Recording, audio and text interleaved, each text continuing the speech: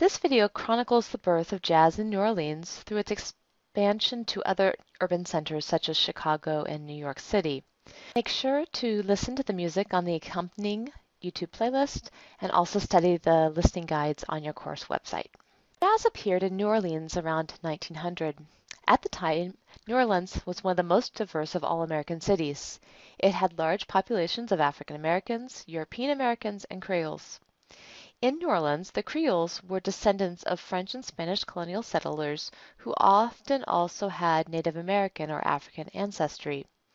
New Orleans' musical pedigree featured high classical, orchestral, and operatic traditions, as well as the brass bands of individuals such as Buddy Bolden, and the blues sung by itinerant musicians as they traveled up and down the Mississippi River. The Storyville district in New Orleans played a particularly important role in the development of jazz. Storyville was a red light district, and within Storyville there was an incredible amount of music at its bars and brothels. It was in Storyville that Bolden, the young King Oliver, the young Louis Armstrong, and the young Jelly Roll Morton, to name just a few, got their starts. In 1917, the U.S. Navy closed Storyville. Apparently, too many of its sailors stationed in New Orleans were coming down with venereal diseases. Although by that time jazz musicians had already begun to migrate to other American cities, this hastened the dissemination of the new sounds of jazz around the United States. At its most basic, jazz might be defined as a musical style featuring improvisation, syncopation over a steady beat, and unique timbres or tone colors and performance techniques. The earliest jazz from the 1920s is sometimes referred to as New Orleans jazz, or in New Orleans itself as traditional jazz. Others have called it hot jazz because of its typically fast tempos. Yet others call it Dixieland jazz. One of the oldest New Orleans jazz bands is the Preservation Hall Band. You can hear them still today in the French Quarter of New Orleans. Early bands included Buddy Bolden's band and the all-white original Dixieland Jazz Band.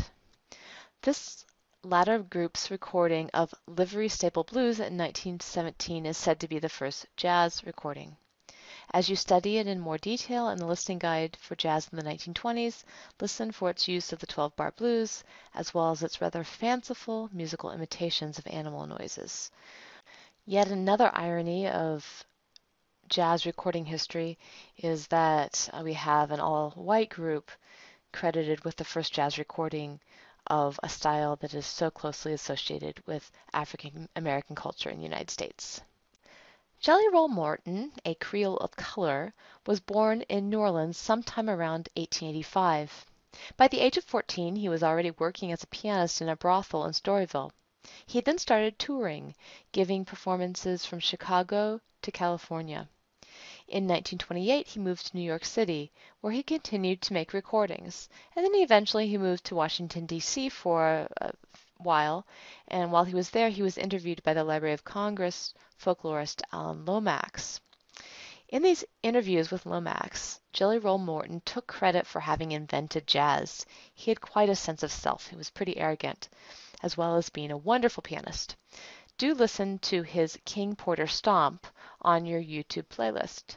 Note that the number is going to start out sounding very much like ragtime, but towards the end it's going to shift to a little bit more of a laid back and rhythmically swung approach by the end of the recording. A swung note in jazz is when the second of two notes that are written to have this to be the same length actually starts a little bit late, and that means that it falls a little behind the beat, the first note getting more emphasis than the second note. One of the most prominent musicians to leave New Orleans after the closing of Storyville was King Oliver. He first took his Creole jazz band to Chicago in 1918. After touring the West Coast with the band, he returned to Chicago in 1922. It was at that time that he sent for a young cornet player from New Orleans. That young cornet player's name was none other than Louis Armstrong. Born in New Orleans, Louis Armstrong gained experience playing the cornet and the trumpet in New Orleans and on the riverboats that traveled the Mississippi River. Once in Chicago, after 1922, Louis got to know Lil Hardin, the band's talented pianist and sometimes arranger of tunes. They married in 1924. An ambitious woman with a good sense for business, Lil encouraged Lewis to strike out on his own. He moved to New York City and played with Fletcher Henderson, and then returned to Chicago where he, Lil, and his Hot Five made a series of celebrated recordings that featured the use of scat and stop time in a generally tight rhythmic groove. Notice also the polyphonic style of the excerpt. Jazz of the 1920s was often played by small 5 to 7 member groups. Although most of the recordings of this music feature solo improvisations backed only by their small ensemble, there are often multiple musical lines being played at the same time.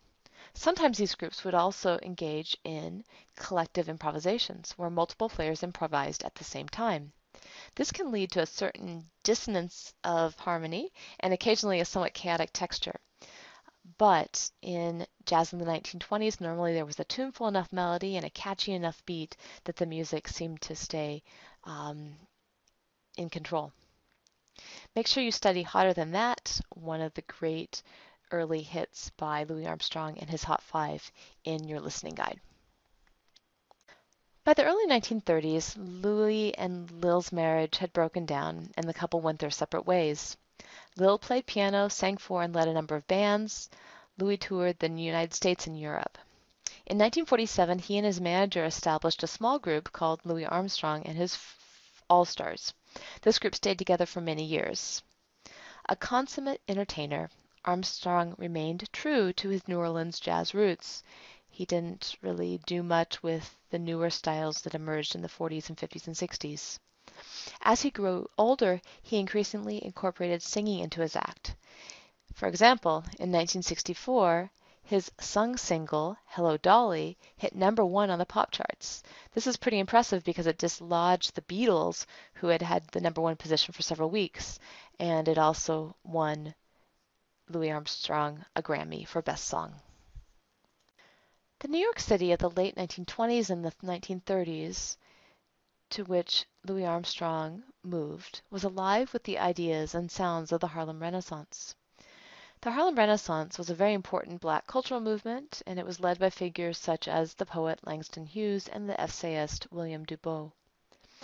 The Harlem Renaissance saw a surge in new music that was created and presented by African Americans, especially in the New York neighborhood of Harlem.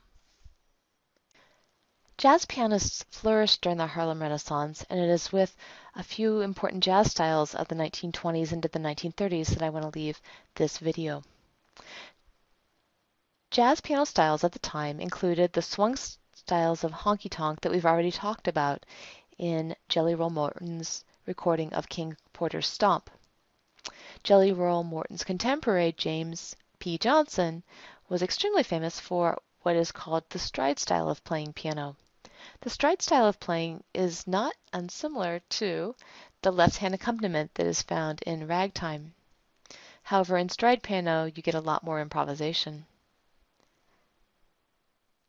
We'll also find that boogie woogie becomes part of the musical styles used by pianists. The boogie woogie bass line is a repeated bass line. We call it an ostinato because an ostinato is a repeated bass line, and it sounds a little bit like this.